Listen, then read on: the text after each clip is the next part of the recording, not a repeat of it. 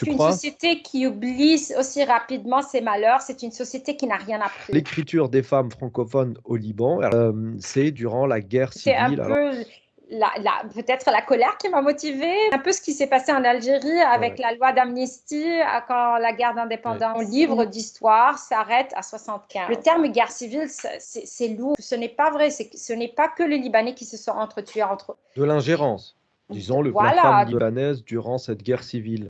qu'il n'y avait pas eu de viol, par exemple, contre les femmes. Tu Une crois? société qui oublie aussi rapidement ses malheurs, c'est une société qui n'a rien appris. On ne sait pas qui a tué qui est responsable de quoi.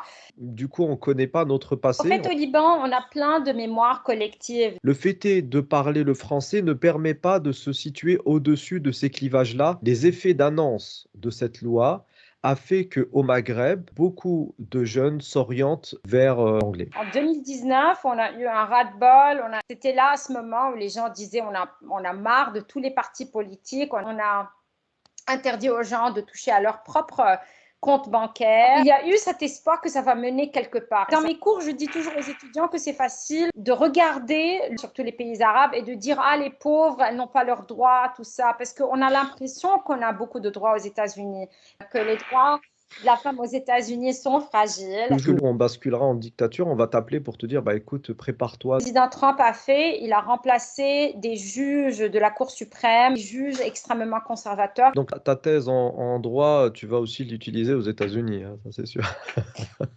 Il faut être armé de droit, pas que au Liban, hein, ou d'une partie du livre. Chapitre 2, ça a été un peu plus challenging. Donc, je me concentre sur ce qu'on appelle la narratologie. Dans la première partie du livre, j'étudie la voix narrative. La deuxième partie du livre était concentrée sur le corps féminin.